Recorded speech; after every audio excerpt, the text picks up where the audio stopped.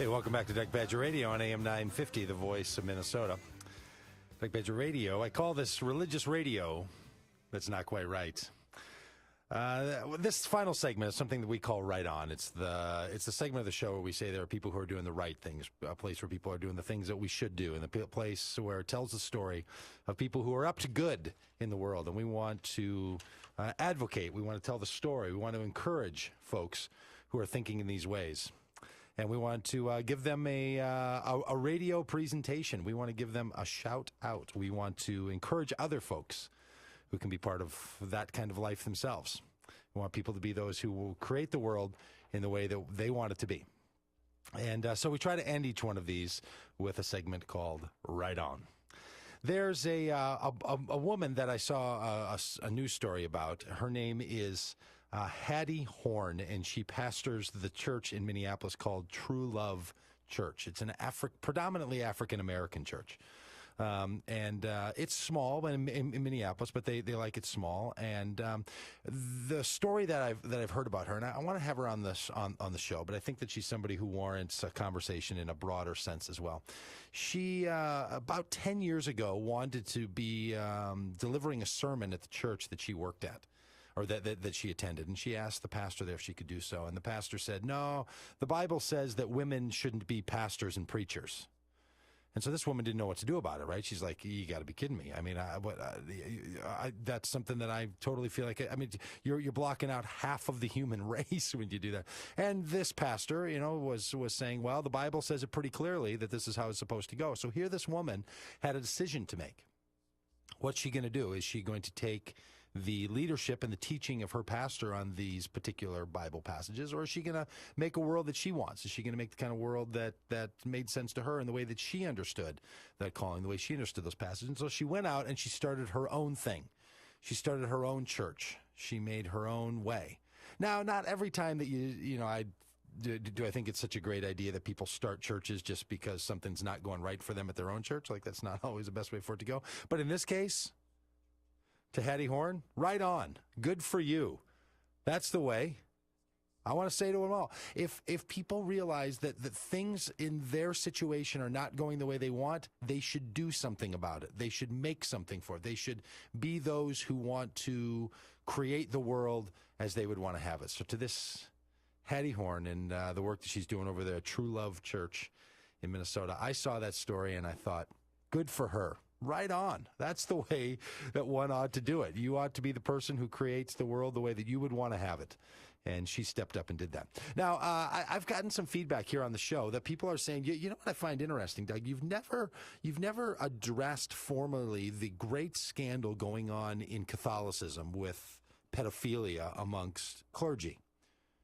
Right? So I've never talked about it. We've been on the air since September, and I've never talked about it. And there's people who are saying to themselves, well, what's up with that? How come you're not talking about it?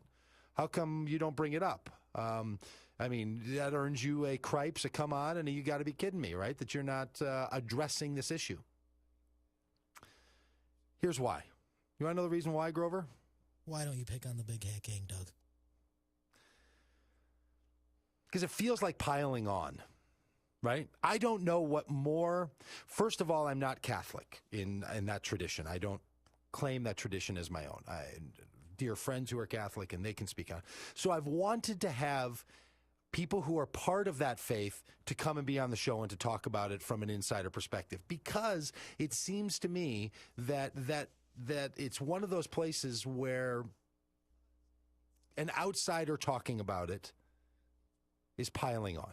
And I don't think I don't think that creates the right-ons in the world. Piling on doesn't get you a right-on, right? So I tend not to be someone who wants to do that.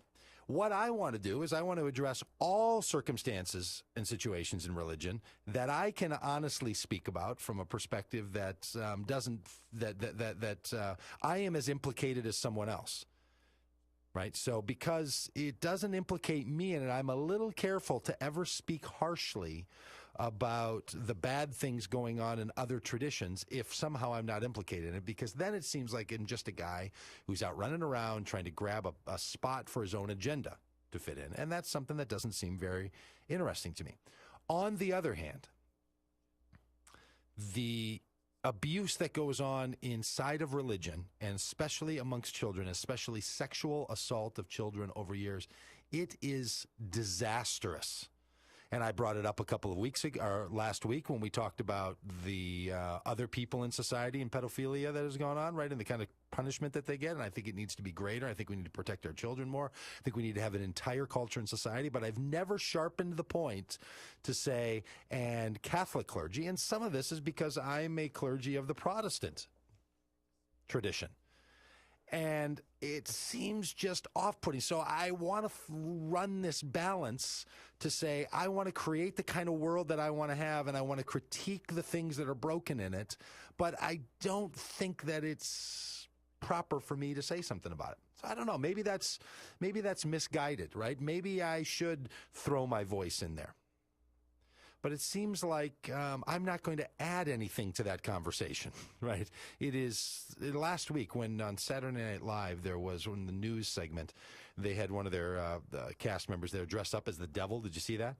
Guy dresses up as the devil and he comes out with the red hat on and the devil's pitchfork and all this stuff, and he's like, "Hey, that church covering up the pedophilia thing." Like, even I think that's horrible. I wouldn't even go that far, right? They're like, and this is the devil talking, right? Like, everybody is piling on. And I'm not saying that I need to show some sympathy for this. I'm not saying that at all. I'm saying that I don't know that adding my voice into that would help, would benefit, would make anything any better. Now, maybe it would. So if that big caveat, if that's the way that, If I can, with that big caveat, speak into this issue, I'll say it's horrible. It's beyond comprehension that anyone would use power of an adult, and especially religion, in a way to cover up for and to give excuse and to give sanctuary for adults hurting children. It is, or adults hurting anyone. It's just mind-bending. And I do think that as particularly horrible and bad as it is inside the Catholic Church with clergy abuse of children, it is also a part of a larger conversation that goes on in which religion functions in our society in ways that it doesn't protect, but it can abuse.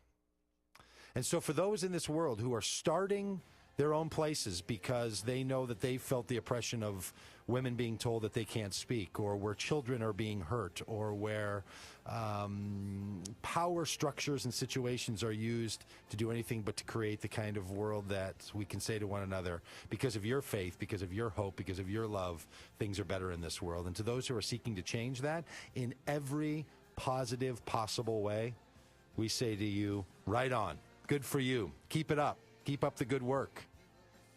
Doug Pagitt Radio, religious radio that sometimes is right on. I'm trying to join in together with those others who find things that are right on. Be back next week on AM 950. Stay tuned.